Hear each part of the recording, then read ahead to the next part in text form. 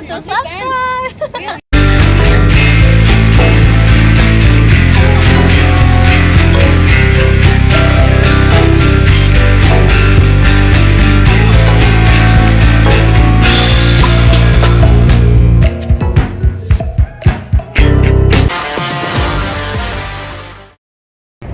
Three things you must do on every first date.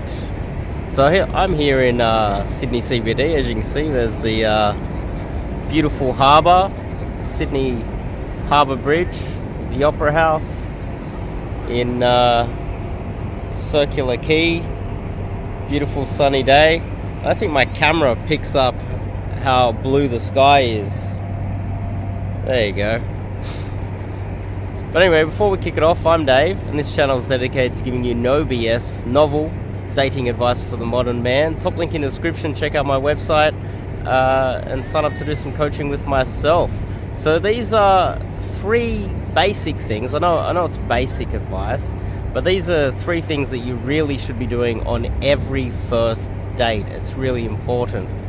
Let's just get straight into it. 1, keep in mind that you can go on what is a first date, and you can both agree that it is a first date, and it can be verbalized that it is specifically a date, right?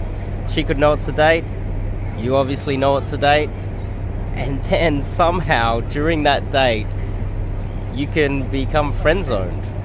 She can say, I'm not exactly sure what I'm looking for these days, and you can find yourself being friend zoned quite easily if you make it a little bit too platonic and a little bit too friendly, and you don't make it very clear on that date that this is a date. You can't just verbalize, okay, it's a date logically, which men often do. Women are very emotional. I think we all know that. So therefore they need to be aware that it is a date, and you need to keep reinforcing that. Number 1 is when you first meet up with her, I recommend you going for the hug, maybe even a kiss on the cheek, and then you grab her hand to lead her towards wherever the date location is. Generally, you will be going out for dinner or something like that, or coffee or something very simple like that.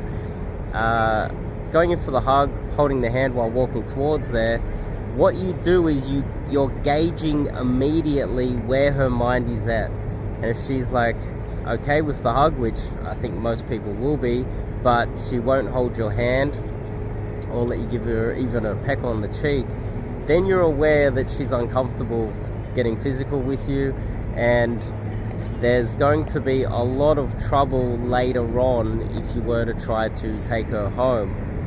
It's a good little bit of information that you can gauge real early on a date.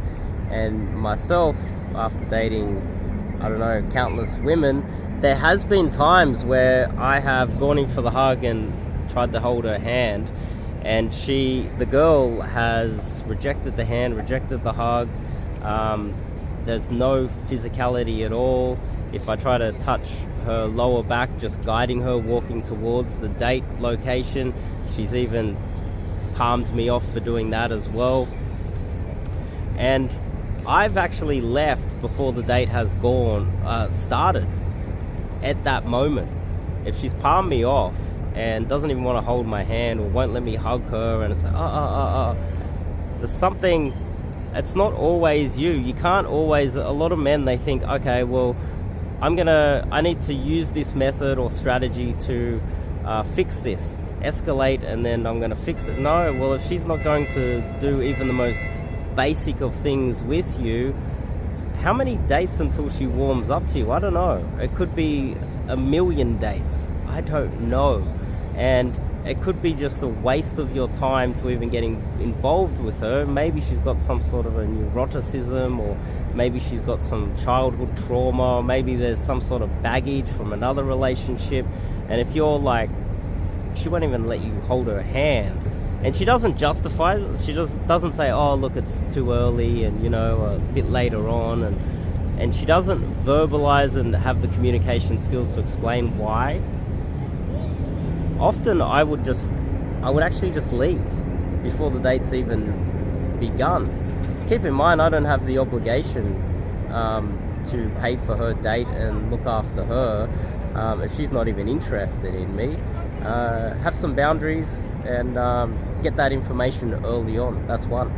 Two, while you're on the date, keep in mind what you're doing on the first date is you are seeding the rest of the date. You're not sitting there on the date just talking about TV shows and sporting things and whatever topics you guys want to talk about, just random topics that don't push or move the date forward.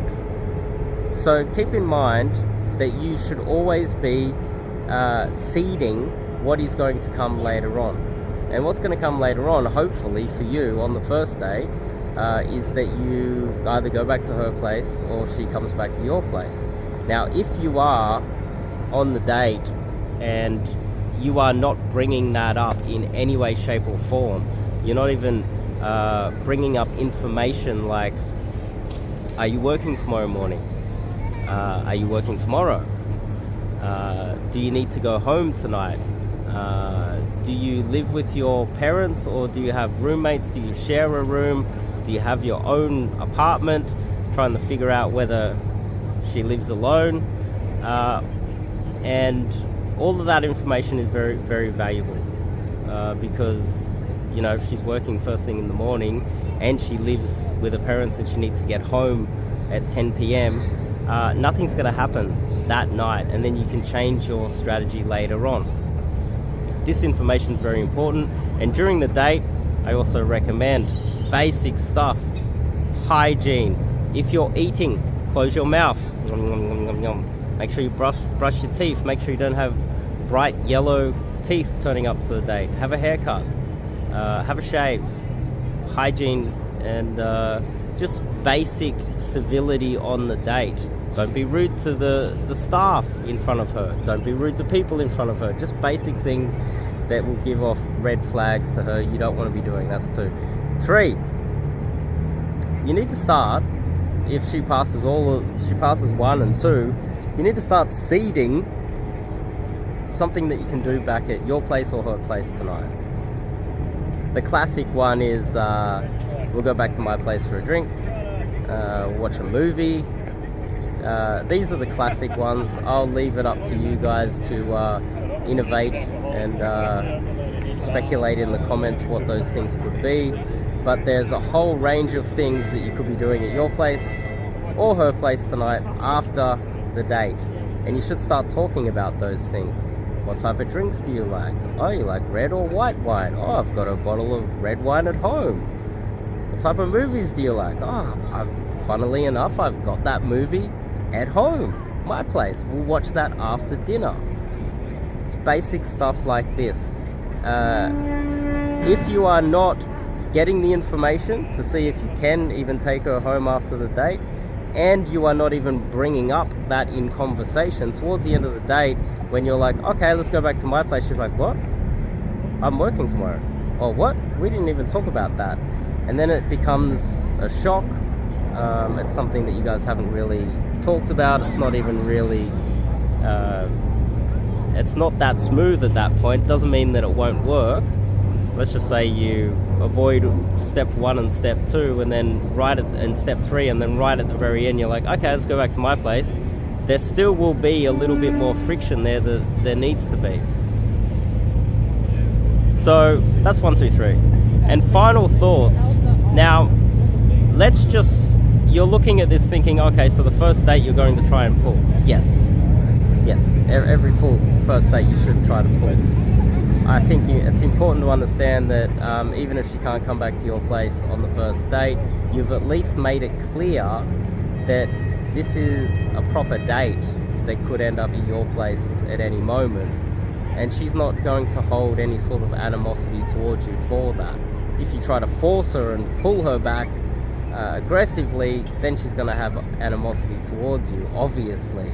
But if you just, okay, let's go back to my place, and you seed it, and you're at least trying to lead it back to your place, she's not going to be like, oh my god, first date, you tried to pull me. She's at least going to know not to friend zone you because you're not that type of guy, right? And that's what we discussed in the very beginning of this video. So I think this is basic stuff. A lot of the guys that do live coaching with me, we will get numbers out here and we'll get them on dates on immersion, and we'll run through a far more complex version of this that has a far higher success rate. It's been tested thousands of times by myself, and it's a lot more complex than this, but this is just basic stuff for YouTube. So if you want to learn some cold approach or get some dating advice with myself, I do online coaching anywhere around the world, and live cold approach coaching in Sydney. See you guys in the next video.